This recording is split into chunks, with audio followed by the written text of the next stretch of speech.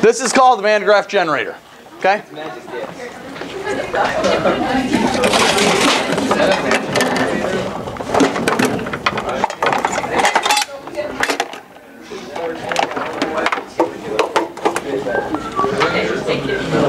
All right, so I have one that's hooked up, one that is not.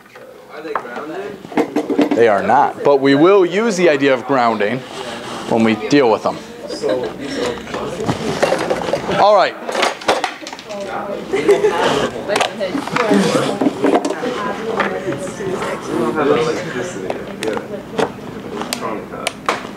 Who's ever seen a Graaff generator like this? I think my brother. Maybe? It's been in the room all year. Okay, it's been in the room all year.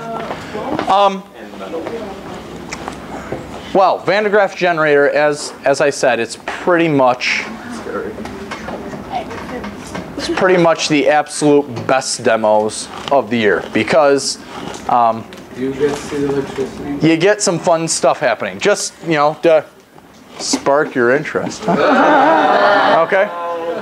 I'm going to fire this up, and I'm going to pull the shade shut real quick. Javier, can you shut the lights off?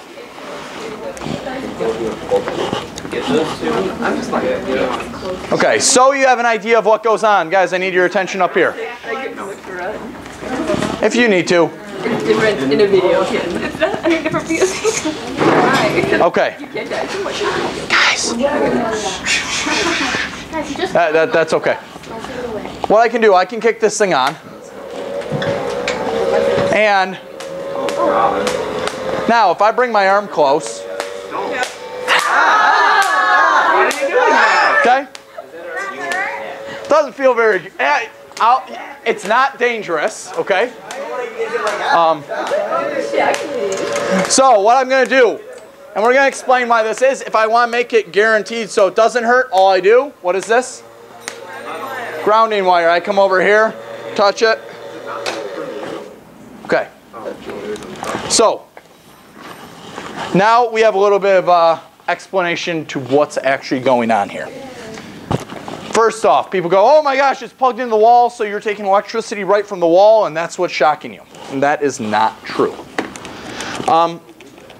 Graaff generator has a couple main parts. First off, you guys can see right there, all that is a big rubber band, pretty much. Okay?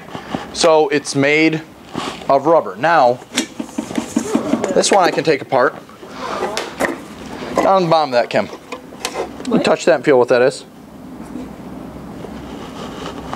What does it feel like? Like carpet or something. Okay, carpet. For a matter of fact, what it is, it's a piece of wool. Wool is, yeah, it's very carpet-like. Wool is, well, the fur of a sheep. Okay, so this is fur. Did they kill it? No, you can shear a sheep, okay? With the sheep's okay. We kill the rabbits, not the sheep. All right, so you're in on this, yeah? You can see this, yeah? Okay, so the only thing that's powered right here, I have a motor. All that motor does is it spins the carpet or spins the the wool. And it spins it up against a piece of rubber. Basically what that's doing, it's continually rubbing the rubber up against the wool. What happens to rubber when it's rubbed against? It gets charged with negative charges. So the rubber is negative, negative, negative, negative, negative. Now it comes up here to the top. And do all those negatives want to stay on that rubber? No, so right here, there's a little comb that literally it picks up those negative charges.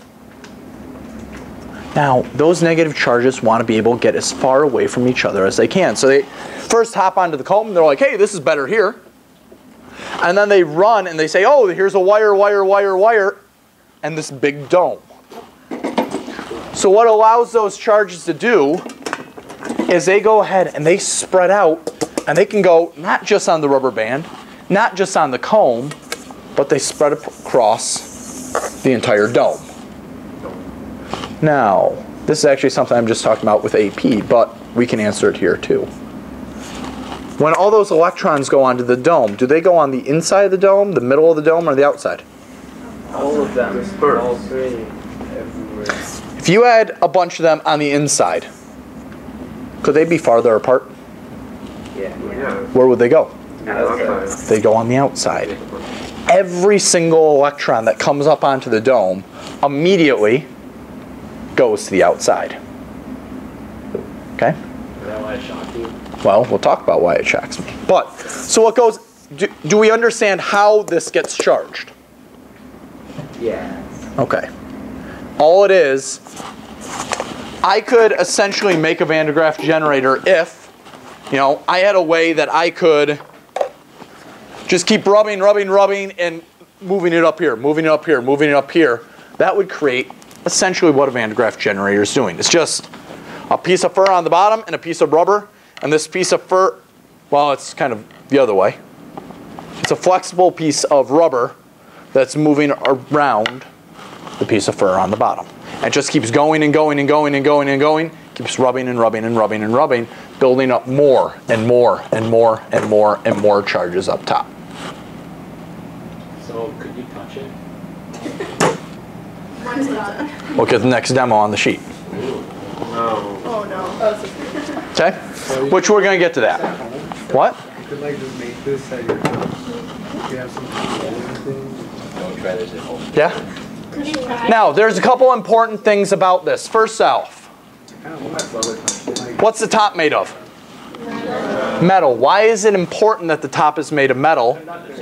It's a conductor, so it allows the charges that are delivered to the top to flow and spread out. Secondly, what's that made of?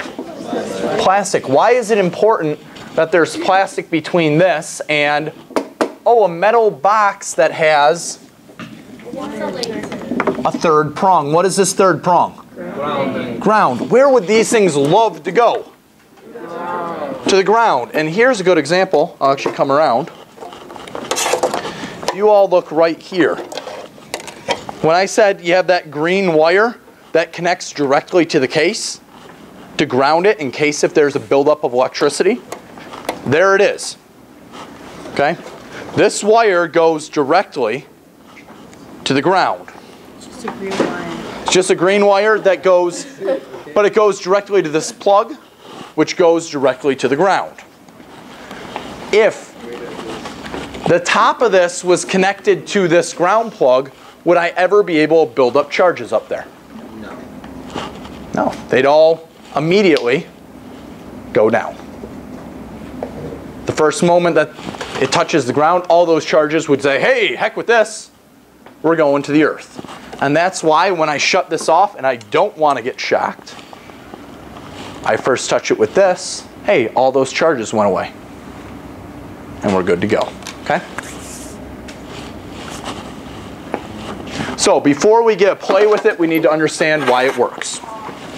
So we're going to diagram this one. This is an important diagram, and this is actually one of your homeworks tonight.